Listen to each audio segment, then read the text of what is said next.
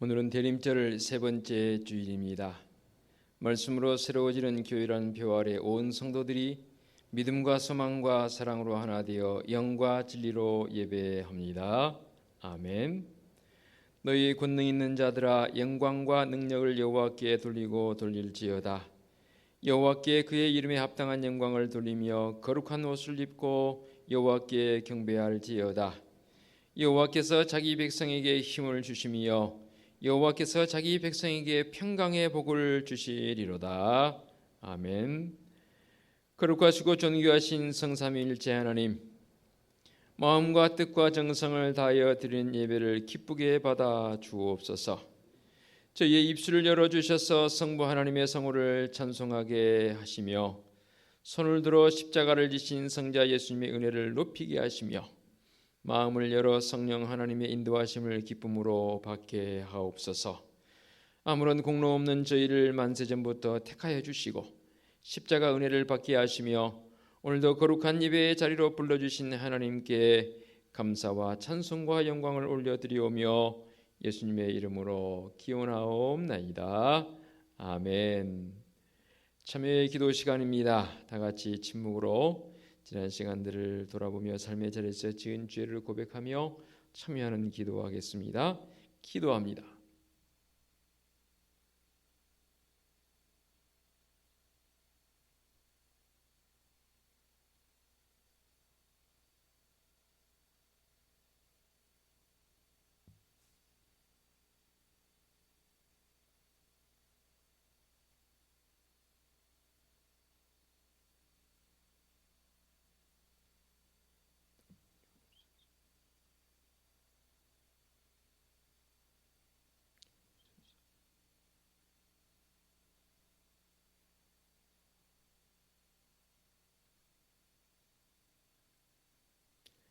삶의 확신입니다. 구하옵나니 주의 인자의 광대하심을 따라 이 백성의 죄악을 사하시되 애굽에서부터 지금까지 이 백성을 사하신 것 같이 사하시옵소서. 여호와께서 이르시되 네가 네 말대로 사하노라. 아멘.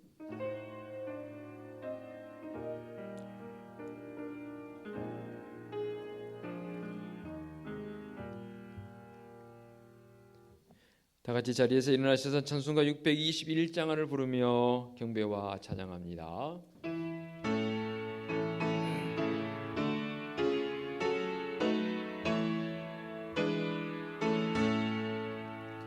찬양하라 내 영혼아, 찬양하라 내 영혼아, 온 마음과 정성 다하여 주 찬양하라. 경배하라 내 영혼아, 경배하라 내 영혼아, 온 마음과 정성 다하여 주 경배하라. 아멘. 성시 교독하겠습니다. 내 마음이 여호와로 말미암아 즐거워하며 내 뿔이 여호와로 말미암아 높아졌으며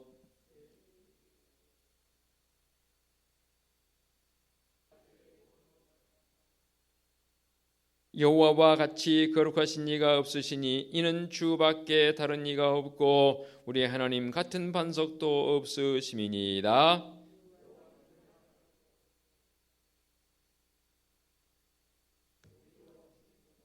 가난한 자를 진토에서 일으키시며 빈궁한 자를 거름더미에서 올리사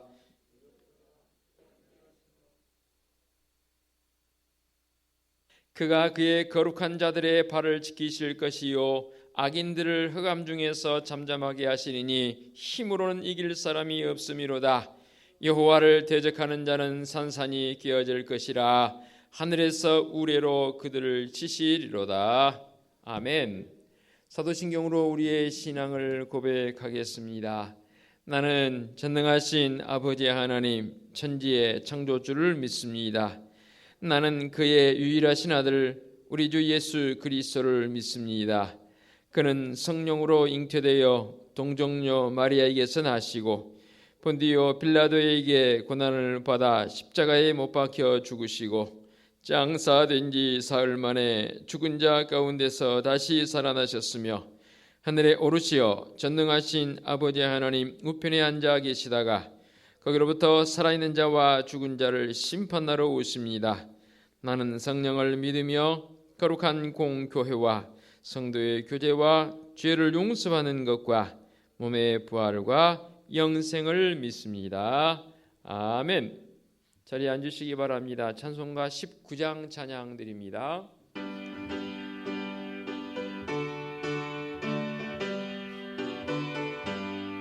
찬송하는 소리 있어 사람 기뻐하도다. 하늘아버지의 이름 거룩거룩하도다. 세상 사람 찬양하자 거룩하신 하나님께 할렐루야 할렐루야 할렐루야 아멘. 하나님의 나라 권세 영원토록 있도다. 하나님의 영광 나라 거룩거룩하도다. 하늘 보좌 계신 주님 세상 주관하시도다. 할렐루야 할렐루야 할렐루야 아멘. 하나님의 크신 섭리 그 뜻대로 되도다. 우리 아버지의 뜻은 거룩거룩하도다.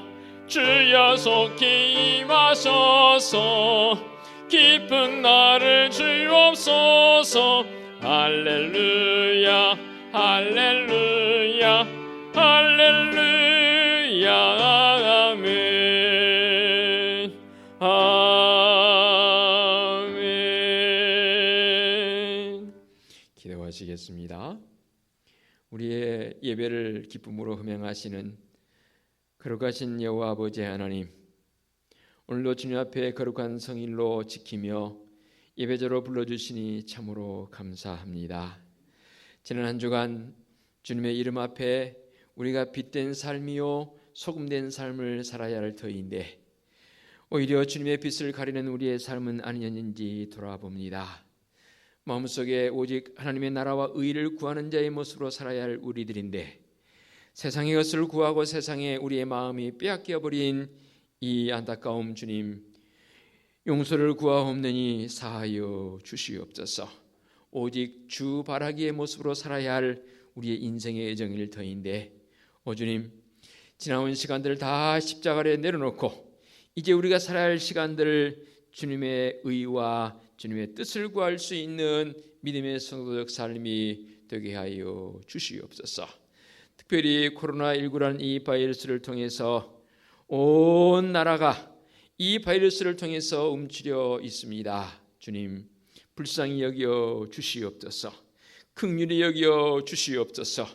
이제는 이 바이러스를 제하여 주시고 정말로 하나님 앞에 바른 예배자의 모습으로 나갈 수 있는 온 열방 되어지도록, 특별히 이 민족 되어지도록 은혜의 은혜를 더하여 주시옵소서. 나아가서 주님의 은혜와 사랑을 증거하는 증거적 삶을 살아야 할 터인데 공중권세 잡은 자는 자꾸만 복음을 위축시키려고 하고 있습니다. 교회를 향해서 참으로 헐뜯고 있습니다. 주님, 이때일수록 믿음의 성도들이 더 많이 깨어 주님의 의를 구하고 은혜의 자리에 나갈 수 있는 성도적 삶이 되게 하여 주시옵소서. 아버지 하나님, 말씀이 우리에게 들려질 때에 그 말씀을 듣고 온 믿음의 성도들의 마음속에 성령의 충만한 역사로, 말씀 충만의 역사로 함께하여 주시옵소서. 이 엄난한 세상을 우리가 무엇으로, 어떤 힘으로 살아갈 수 있겠습니까? 성령 하나님의 충만하심 통해서 말씀의 능력으로 살아갈 수 있는 성도적 삶이 되게 하여 주시옵소서. 시대 앞에 부름받은 자의 모습으로 사명감을 가지고 살아갈 수 있는 믿음의 성도들의 삶이 되게 하여 주시옵소서. 예수 그리스도의 이름으로 기도하옵나이다. 아멘.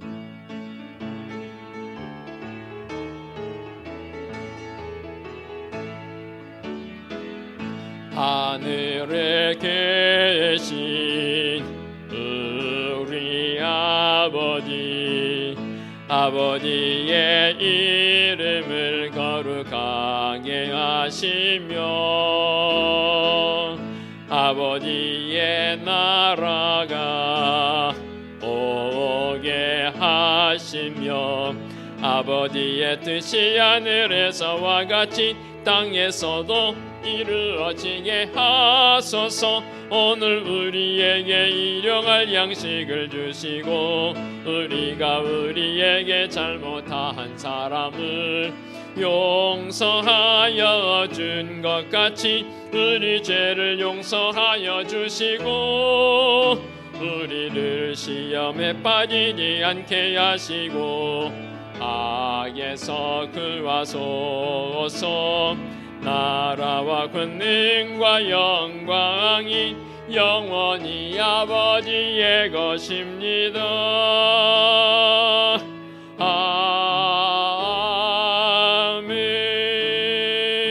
아멘. 교회 소식 전하겠습니다. 주보 보시기 바랍니다. 12월 성탄의 달을 보내고 있고요. 오늘은 대림절 세 번째 주일입니다. 주님의 오심을 기다리며 경건한 삶을 통해 영적 깊이를 더해가시기 바랍니다. 오늘 찬양 예배는 코로나19로 인해서 주일 가정 예배로 드리게 되고요. 역시 점심 제공하지 못합니다. 양해해 주시기 바랍니다. 오늘 낮 11시 예배 후에 중고등부실에서 예결산 위원회로 모입니다. 지정부 임원, 각 위원장, 각 교육학교 부장들 참여해 주시면 좋겠고요. 또 이 모임 가지면서 동시에 우리 항준직 분자들은 다 이 모임에 좀 참여해 주시기 바랍니다. 왜냐하면 갑자기 지금 NH에서 계획이 변경되어져서 우리 교회 뒤쪽으로 도로가 납니다. 지금 여러분 보시겠지만 땅을 깊이 파놨습니다. 뭔 일인가 싶어서 제가 지난 주간에 LH 들어갔다 왔는데 삼부 아파트 쪽에 있는 진입로가 삼부 아파트가 재개발이 되게 되면 그쪽으로 난다고 해서 거기로 삼부 아파트 편리를 위해서 지금 도로를 내려고 하고 있는데 이것에 대해서 우리 교회 입장을 LH에 충분히 전달해야 할 것 같습니다. 그래서 성도들 다 모일 수는 없는 일이고 우리 항전직 분야들 모여서 이 일 대처해야 할 것 같습니다. 함께 해주시면 참 감사하겠습니다. 금요한 밤 기도회 코로나19를 통해서 쉬겠고요. 오는 주일 낮 11시 예배 후에 남녀성교회 원례가 있겠습니다. 오는 주일 찬양예배 주일 가정예배로 드리겠고요. 코로나19 바이러스 예방을 위해서 교회에서 마스크를 제공합니다. 1인당 10개씩인데요. KF94 마스크입니다. 좋은 마스크를 구입했습니다. 개인별로 10개씩 가지고 가시면 좋겠습니다. 결혼 소식이 있습니다. 제31구역 변진호 집사님, 고번혜 권사님 차녀 해주양의 결혼식이 오는 19일 토요일 오후 1시 영등포에 있는 규수당 웨딩홀에서 있겠습니다. 교회에서 11시 40분에 출발하고요. 이렇게 일찍 출발한 이유는 토요일이라 길이 막히기도 하지만 또 시간 20분 차이긴 있긴 하지만 김용모 성도님, 송순욱 집사님 장녀인 미란양의 결혼식이 또 구로에서 있게 됩니다. 그래서 지난 어제 그제 제가 양쪽 결혼할 가정에 통화를 했습니다. 했더니 결혼식장에는 50명만 들어갈 수 있다고 합니다. 그러니까 양가 가족들만 들어가도 그래서 그 신랑 신부 친구들도 다 못 불렀다고 그러더라고요. 50명만 들어가면 우리는 그곳에 들어갈 수도 없기로 마찬가지고 그래서 식당으로 가야 되는데 식당도 인원 제한이 있더라고요. 그래서 지금 한꺼번에 우리가 다 갈 수는 없는 일이라 두 군데 분산을 해야 되는데 이때 11시 40분에 모여서 어떻게 해야 할지를 논의하고 그리고 양쪽으로 출발하든지 아니면 한쪽에 가서 다 이렇게 가든지 논의를 좀 해보도록 하겠습니다. 꼭 시간 음수하셔서 참여해 주시면 감사하겠습니다. 어제와 그제 양일간 우리 김상필 집사님 지하 우리 소방시설이 있는데 그동안 사다리로 되어 있어서 상당히 위험했습니다. 그런데 철기단을 혼자 용접하고 아무튼 해서 거의 완성을 다 해놨습니다. 이제 페인트 작업만 하면 마무리되어지는데 수고 많이 하셨는데 여러분 만나면 좀 격려해 주시고 함께 할 수 있도록 해주시면 좋겠고요. 또 오늘 마치고 나가시면서 떡도 준비를 했습니다. 이치영 장로님, 정경장 권사님 네 분께서 충북 영동으로 이사를 했습니다. 그래서 오늘 인사하고 이제 오늘 마지막이 될 것 같아서 감사한 마음으로 이렇게 또 떡을 제공해서 하나님께 영광 돌림과 동시에 우리 성도들과 함께 나눈다고 합니다. 가지고 가셔서 맛있게 드시면 되겠습니다. 많은 수는 아니지만 우리 앞뒤 옆에 계시는 축복 인사 한번 나눌까요? 인사라도.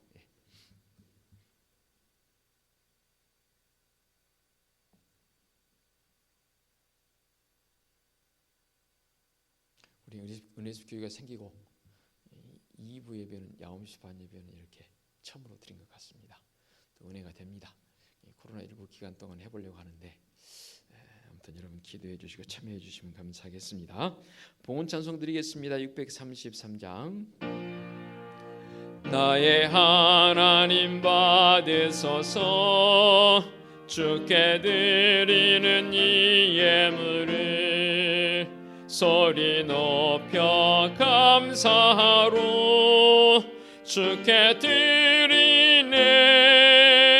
아멘.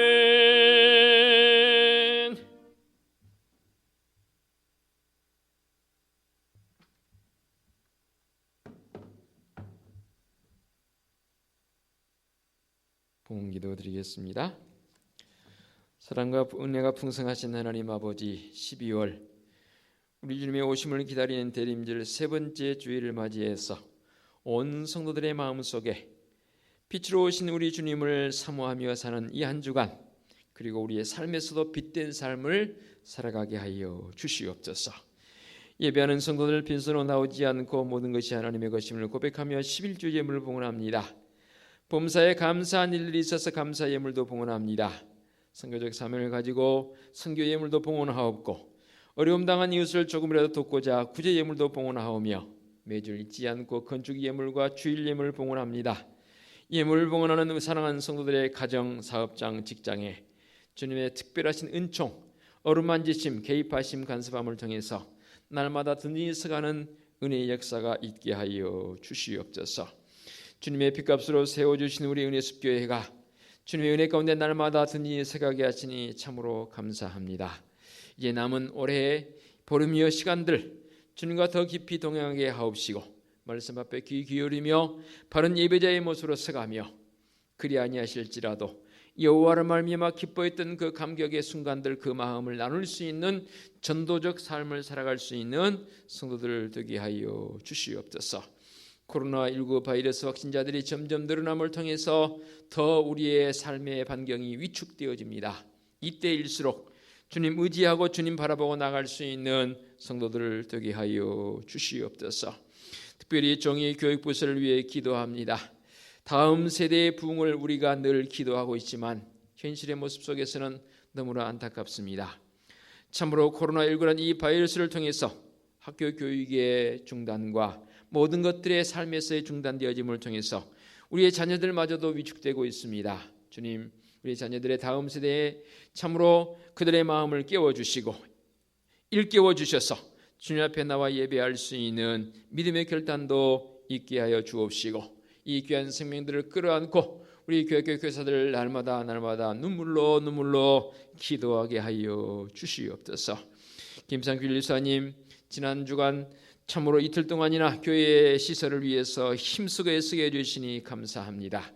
그 손길을 피곤치 아니하도록 주님 붙들어 주시고 인도하여 주시옵소서. 주님의 은혜와 사랑에 힘입어 오늘도 강단을 아름답게 장식한 김혜경 권사님, 주님의 크신 은혜와 사랑으로 늘 안위하여 주시옵소서. 특별히 육신의 질고를 통해서 참으로 힘들어하고 있는 지체들을 위해 종이 기도합니다. 주님 회복의 은총으로 덧입혀 주시옵소서. 치유되어 주님 앞에 나와 할렐루야 찬송하며 기쁨으로 예배할 수 있는 믿음의 환우들 되게 하여 주시옵소서. 거룩하신 하나님 아버지, 우리 은혜숲 교회는 하나님이 우리의 유일한 꿈이며 말씀에 감동 있는 교회의 모습을 가지고 거룩한 교회인 성도들이 말씀으로 새로워진 교회를 만들어가기에 부족함 없게 하옵소서. 우리 주님 예수 그리스도의 이름으로 기도하옵나이다. 아멘. 하나님께서 이 시간 우리에게 주신 말씀은 신약성경 누가복음 1장 34절부터 38절까지의 말씀입니다. 누가복음 1장 34절부터 38절까지의 말씀 봉독해 올리겠습니다. 마리아가 천사에게 말하되 나는 남자를 알지 못하니 어찌 이 일이 있으리이까? 천사가 대답하여 이르되 성령이 네게 임하시고 지극히 높으신 이의 능력이 너를 덮으시리니 이러므로 낳으실 바 거룩한 이는 하나님의 아들이라 일컬어지리라. 보라 네의 친족 엘리사벳도 늙어서 아들을 배었느니라. 본래 임신하지 못한다고 알려진 이가 이미 6달이 되었나니 대저 하나님의 모든 말씀은 능하지 못하심이 없느니라. 마리아가 이르되 주의 여종이오니 말씀대로 내게 이루어지이다 하매 천사가 떠나가니라. 아멘. 기도합니다. 이 시간 말씀을 듣기 원합니다. 성령 하나님 친히 임재하사 강한 바람처럼 세미한 음성으로 말씀하실 때에 초대교회 성도들처럼 우리가 어찌할꼬 베드로의 설교를 듣던 성도들의 그 결단이 이 시간 우리에게도 있게 하여 주시옵소서. 예수 그리스도의 이름으로 기도하옵나이다. 아멘. 대림절 세 번째 주일이 되었습니다. 두 번째 주간이었던 한 주간 우리 이렇게 잘 보내셨지요? 우리에게 들려오는 소식들은 좋은 소식보다는 그렇지 않은 소식들이 있어서 안타깝고 또 가슴을 조이게 하는 그런 순간들이 참 많습니다.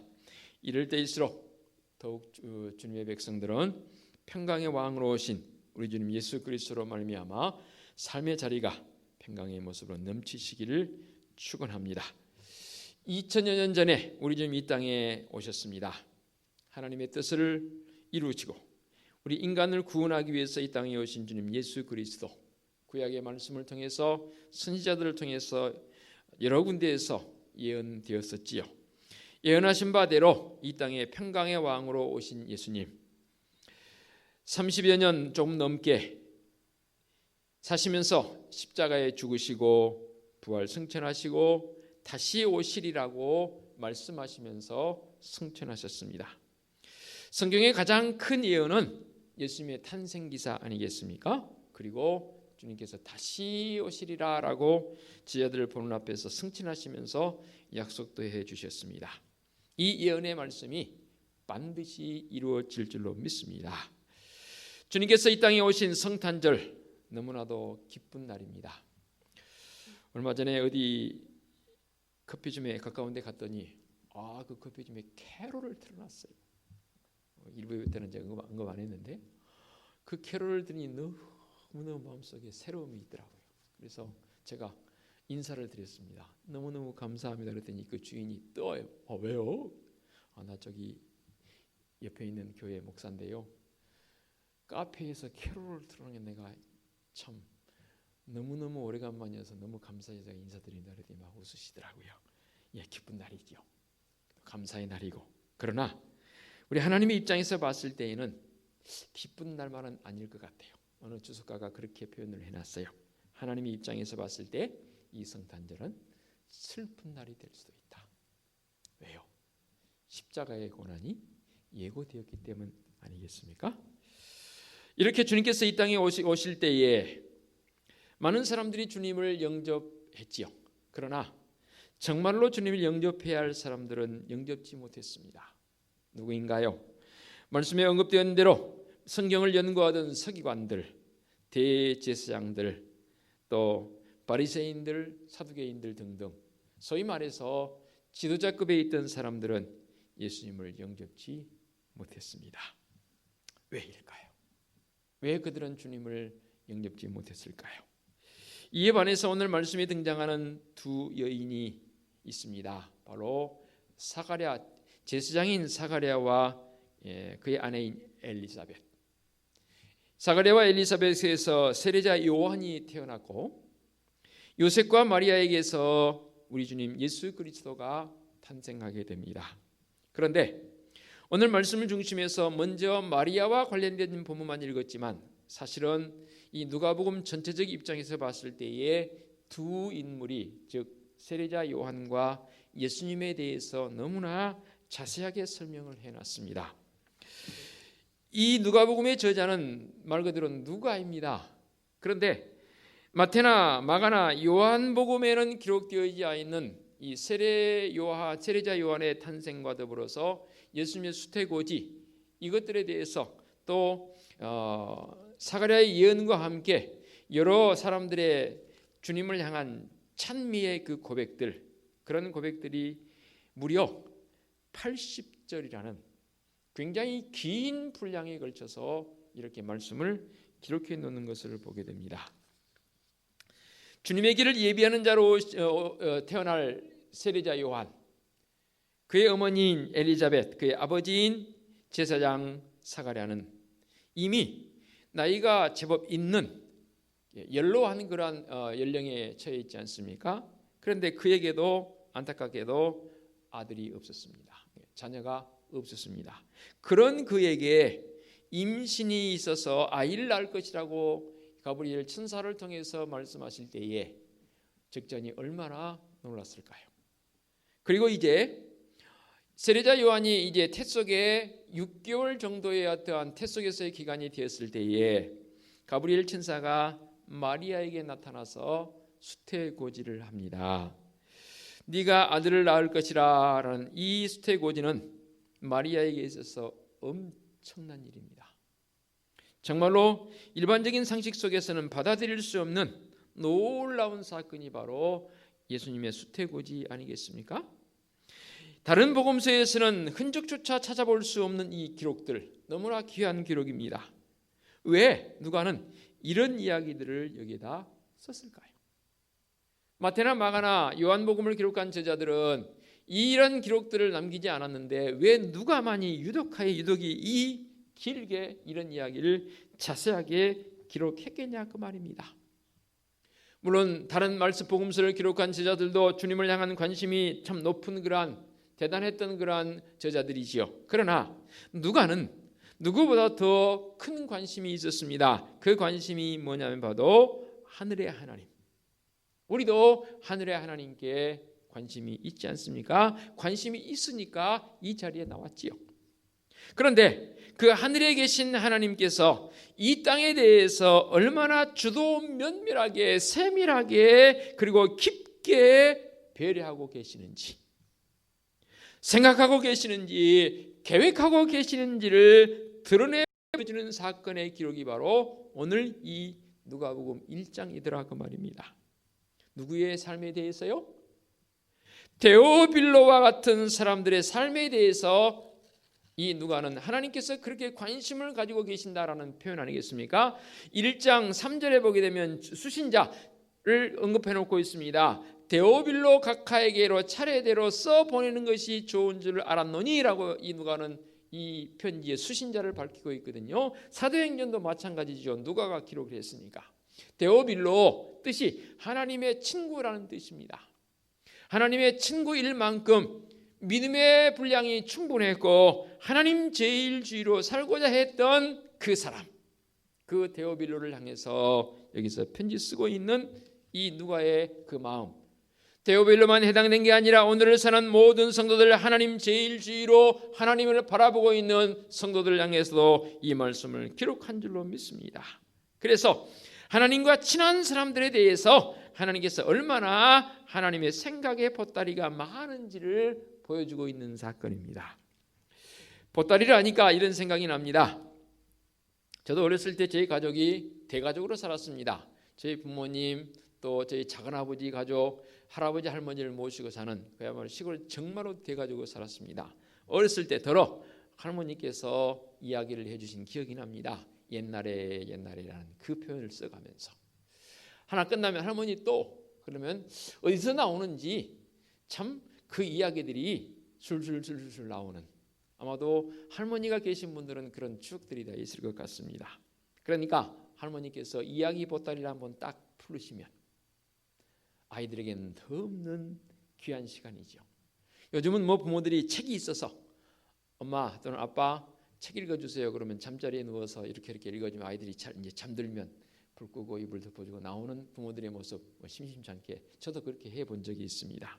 그러니까 보따리가 풀어지게 되면 이야기 보따리가 풀어짐처럼 우리 하나님께서는 데오빌로와 같은 우리 인생의 여정에 개입하셔서 하나님의 생각의 보따리가 얼마나 많은지를 우리에게 그리고 그것을 풀어서 우리에게 나타나 보여주시기를 원합니다. 하나님의 생각의 보따리, 하나님의 계획의 보따리가 엄청나게 많다는 사실을 우리는 알고 있습니다. 그 보따리 가운데에서 하나의 이야기로 19절을 보게 되면 이렇게 표현합니다. 보겠습니다. 18절부터 사가랴가 천사에게 이르되 내가 이것을 어떻게 알리요? 내가 늙고 아내도 나이가 많으니이다. 그러니까 사가랴 제사장에게 제사하는 중에 너에게 아들이 있을 것이라 라는 언급을 합니다. 그랬더니 사가랴 하는 말이 내가 무슨 말입니까? 나도 늙었고 내 아내도 나이가 많은데 그럴 리가 없지요 라는 반문 아니겠습니까? 그랬더니 천사가 이렇게 대답을 합니다. 나는 하나님 앞에 서 있는 가브리엘이라 이 좋은 소식을 전하여 네게 말하리라고 보내심을 받았노라 라고 언급하거든요. 이 무슨 소리입니까? 이 좋은 소식을 전하여 네게 말하라고 보내다. 이 좋은 소식을 전하는 것, 좋은 소식이 뭐예요? 유앙겔리온, 영어로는 good news. 우리에게는 복음으로 알려져 있지 않습니까? 이 좋은 소식을 전하여 주는 것, 곧 하나님의 보따리 안에 감춰져 있던 그런 내용입니다. 그 감춰져 있던 내용이 비로소 보따리가 풀어지며 이제 사가랴와 엘리사벳에게 전달되어지게 됩니다. 감춰졌던 것을 풀어놓으신 우리 하나님, 마리아와 엘리사벳 반응이 다 똑같은 반응이었습니다. 오늘 읽었던 본문 속에서도 그 앞에서부터 언급되지 않습니까? 역시 가브리엘 천사가 마리아에게 나타나서 분명하게 언급을 합니다. 너에게 아이가 생길 것이다. 잉태할 것이다. 무서워 말라 하니까 마리아의 마음속에 적잖이 얼마나 놀랐겠습니까? 약혼은 했지만 아직 결혼하지 않았단 말입니다. 소위 말해서 처녀가 아이를 갖게 된다는 것은 이 땅의 일반적인 이성적 사고를 가지고 있는 사람들이 이해되지 않습니다. 더더욱이 율법적 관점에서는 이것은 돌에 맞아 죽음을 당해야 하는 그야말로 사람들 앞에 율법을 범하는 자의 모습으로 위반하는 자의 모습으로 돌에 맞아 죽어도 마땅한 행위가 바로 처녀가 아이를 갖는 겁니다.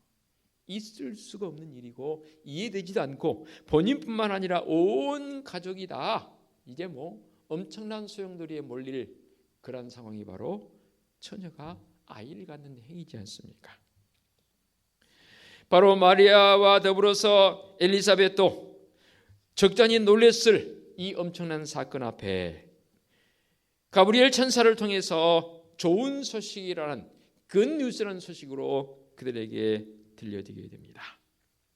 그럴 때 하나님의 이 보따리가 풀어졌을 때에 이 마리아와 엘리사벳의 태도가 뭐였습니까? 그것은 바로 의외성이었습니다. 이 의외성이란 말은 무슨 말입니까? 뜻밖의 일이지 않습니까? 전혀 예기치 못했던 생각지 못했던 일이 우리가 의외성이라고 합니다. 이것은 정말로 뜻밖이다. 의외성이다. 뜻밖이라는 건 무슨 말이에요? 내가 생각했던 것이 아니라는 거예요. 내가 품고 있던 그 뜻이 아니라는 것이 바로 뜻밖이지 않습니까?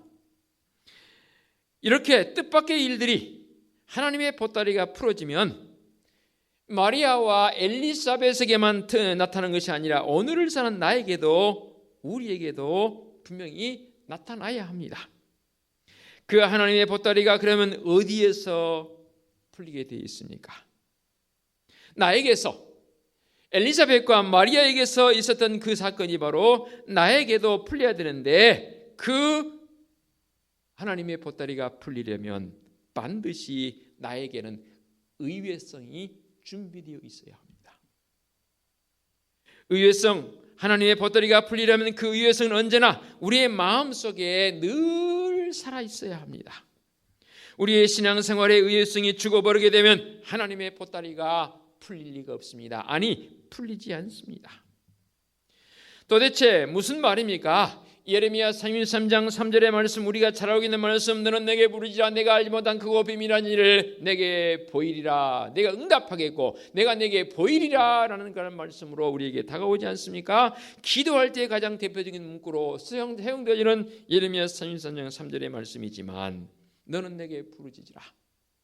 부르짖는다는 말이 주여 주여 하고 부르짖음도 되겠지만, 우리의 근본적인 그 단어적 뜻을 보니까 무슨 뜻이라고요? 네 마음을 다해 네 입술에 통해서 부르짖을 뿐만 아니라 내 마음속에 나를 품으라는 그런 표현 아니겠습니까? 그래서 너는 내게 부르짖으라. 네 마음속에 나를 늘 사모하는 마음을 가지라라는 하나님의 지시 아니겠습니까? 그러면 내가 내게 응답하겠고 내가 알지 못하는 크고 은밀한 일을 내게 보이리라라고 했습니다. 내가 알지 못하는 은밀한 일, 이것은 바로 하나님만이 알고 계시는 것이라고 제가 여러 번 설명드렸습니다. 우리가 그런 표현을 쓰지 않습니까? 내가 알고 있는 것, 상대방이 알고 있는 것 비밀이 아니죠. 은밀한 일이 아니지요. 우리 하나님만이 알고 계시고 나는 몰라요. 그것이 어떤 것일지 나는 알지 못해요. 그럴 때 그것을 우리가 비밀 또는 은밀한 일이라고 표현하지 않습니까? 내가 내게 응답하겠고 네가 알지 못하는 은밀한 일을 내게 보이리라. 어떤 사람에게? 너는 내게 부르짖으라. 네 마음속에 나를 품고 살아가라는 주님의 명령 아니겠습니까? 그런데 우리는 기도하는 내용들을 보게 되면 그렇지 않을 때가 참 많아요. 안타까워요. 내가 소원을 가지고 있고 내 계획대로 이 기도가 이루어지기를 바라는 그런 기도들이 사실 더 많지요. 정말로 주님의 뜻을 구하는 기도보다는 내 뜻이 이루어지기를 원하는 기도. 제가요 학교 다닐 때, 그러니까 고등학교 다닐 때 어느 우리 선배가 이렇게 저게 가르쳐줘서 제가 그런 기도를 드린 적이 있어요. 무슨 기도냐면, 언젠가도 먼저 고백했지요. 종반아, 네 장차 너도 가정을 이루고 결혼을 해야 할 터인데 네 배우자를 위해서 기도하니? 학생 때 벌써 배우자를 위해 기도할 리는 없죠. 아니요, 저 그런 기도 안 하는데요. 그랬더니 이제부터 너가 앞으로 있을 누구일지는 모르지만 배우자를 위해서 하나님께 기도해야 돼. 어떻게 기도해야 되는데? 그랬더니 구체적으로 하래요. 어떻게 구체적으로 해요? 봐라, 입술은 어떻게 생기고 키는 얼마만큼 크고 코는 어떻게 생기고 등등 뭐 그렇게 구체적으로 기도하라 그러더라고요. 그래서 뭐 같은 값 주시면 다홍치마라고 좋은 그 문구는 다 동원해서 뭐 입술은 앵두처럼 생기고 코는 어떡하고 등등 키는 좀 컸으면 좋겠고 등등 그런 걸 가지고 기도를 했어요. 구체적으로 기도한다는 게 그런 것인가? 나중 알고 보니까 이게 참 모순성이 있는 기도였더라고요. 물론 그 기대대로 된 것은 아닙니다. 무엇을 말씀드리자 하냐면 은밀함, 이 은밀함 속에 반드시 의외성이 들어있다는 거예요. 너는 내게 부르짖으라 라는 이 표현 속에서 정말로 주님의 마음을 내 마음으로 가지고 살아가는 성도적 삶 속에서 내 마음에 느껴지는 의외성, 뜻밖의 이게 어떻게 된 일이냐? 내가 지금 나이가 많아서 아이를 낳을 수도 없는 그런 상황인데 무슨 말입니까? 내게 아이가 생긴다고요? 있을 수 없는 일이지 않습니까? 정말로 이건 의외이지 않습니까? 이것은 뜻밖이지 않습니까? 라는 이 엘리사벳의 고백, 사가랴의 고백을 들어볼 수 있는 것 아니겠습니까? 마리아는 어떻고요? 마리아는 어떻고요? 내게 아이가 있을 것이다, 네가 잉태할 것이다 말하니까 마리아가 첫 번에 그냥 그렇게 하겠습니다. 수락했습니까? 아니에요. 저는 남자를 알지 못하니이다. 약혼은 했지만 은혜 받은 자요라고 천사가 나타나서 이 마리아를 향해서 그렇게 표현하지 않습니까? 28절에 그에게 들어가 이르되 은혜를 받은 자여 평안할지어다 주께서 너와 함께 하시도다 라고 말씀하십니다.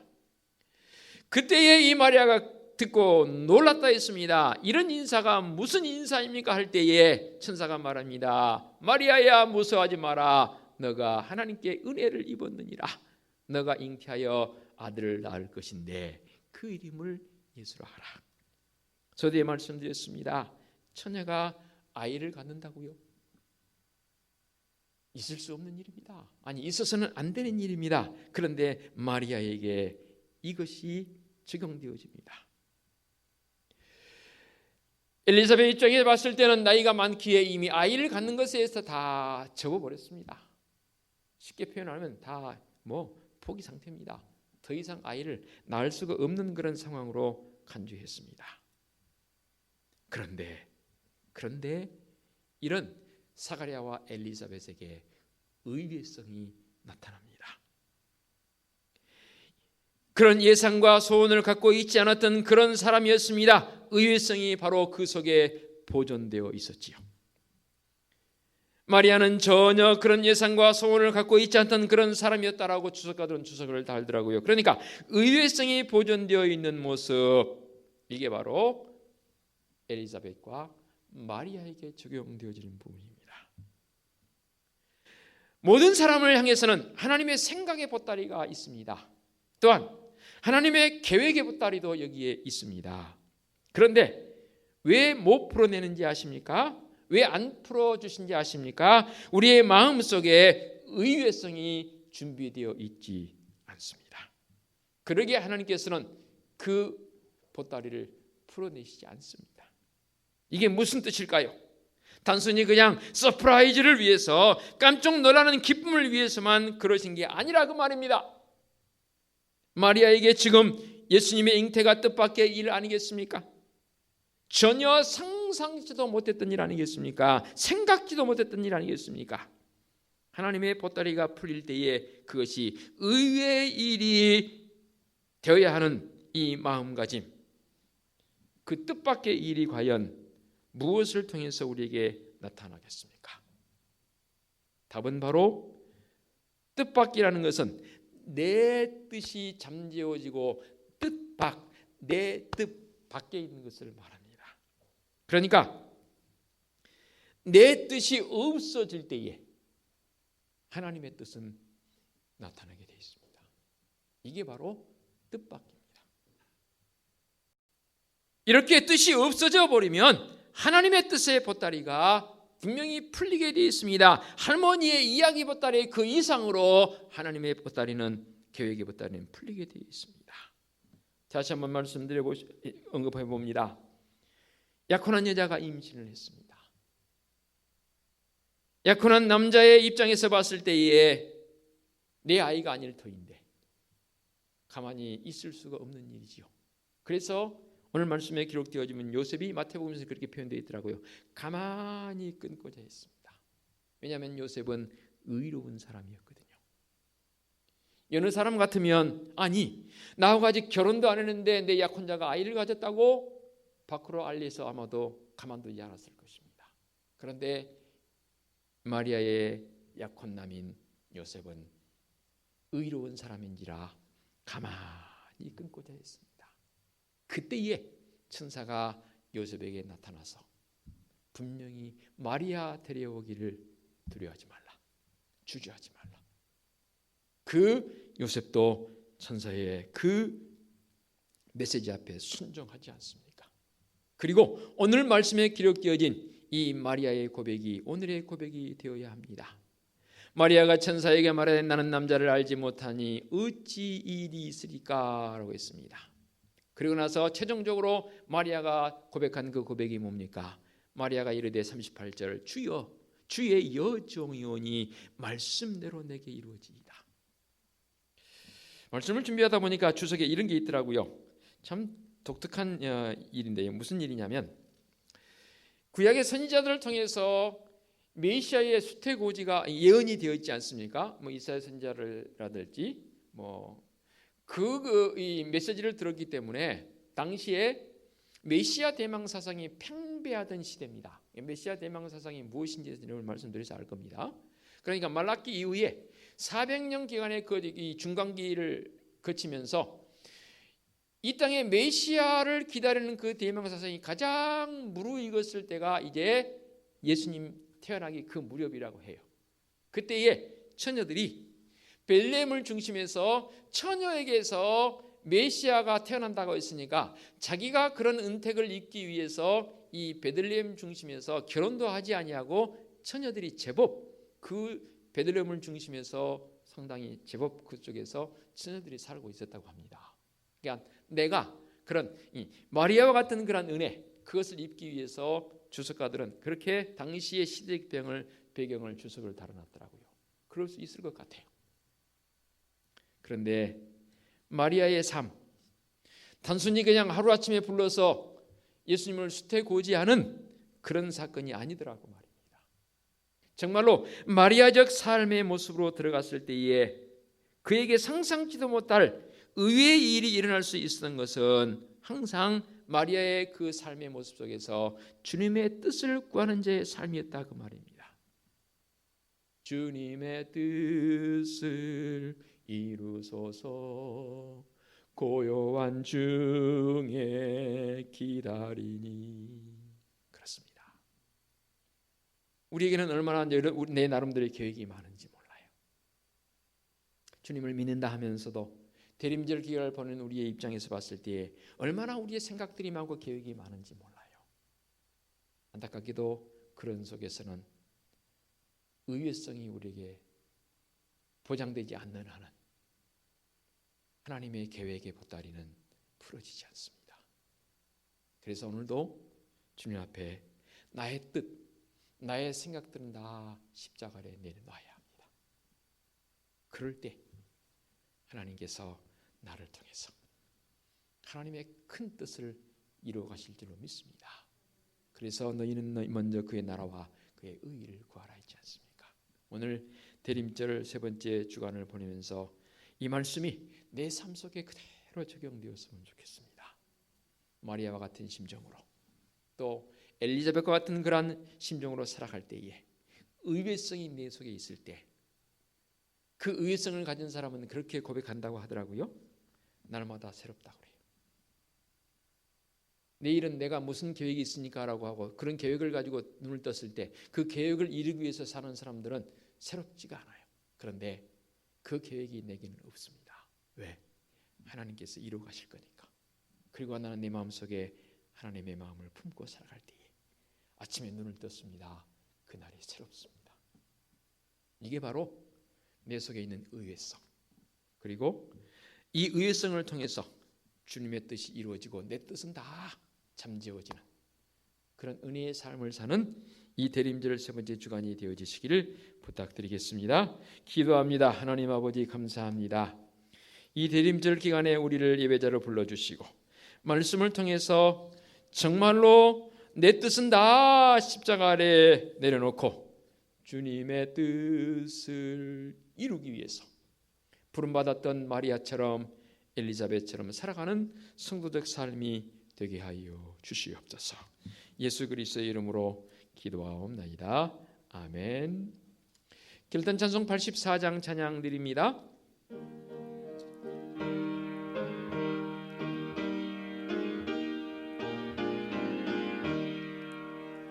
온 세상이 캄캄하여서 참 빛이 없었더니 그 빛나는 영광 나타나 온 세계 빛이었네. 영광의 주, 영광의 주, 밝은 그 빛 내게 비추었네. 영광의 주, 영광의 주, 이 세상의 빛은 오직 주 예수님. 주 말씀을 믿는 사람은 그 마음이 시원하고 주 명령을 준행하는 자 그 길이 환하겠네. 영광의 주, 영광의 주, 밝은 그 빛 내게 비추었네. 영광의 주 영광의 주 이 세상의 빛은 오직 주 예수님. 죄 가운데 사는 사람은 그 눈이 어두워도 그 죄악을 씻는 날에는 그 눈이 밝아지네. 영광의 주 영광의 주 밝은 그 빛 내게 비추었네. 영광의 주 영광의 주 이 세상의 빛은 오직 주 예수님. 아멘. 오늘의 위탁의 말씀입니다. 마리아가 이르되 주의 여정이 오니 말씀대로 내게 이루어지이다 하매 천사가 떠나가니라. 아멘. 우리 주님 예수 그리스도의 은혜와 하나님 아버지의 지극하신 사랑하심과 성령님의 인도하시며 교통하심이 자기의 뜻을 갖지 않고 오직 주님의 마음에 합한 삶을 살기로 결단하는 사랑하는 성도들 머리머리 위에와 성도들의 가정과 사업장과 직장 위에와 우리 교회 위에와 이 민족 위에 이제와 영원토록 함께 하시기를 축원하옵나이다. 아멘.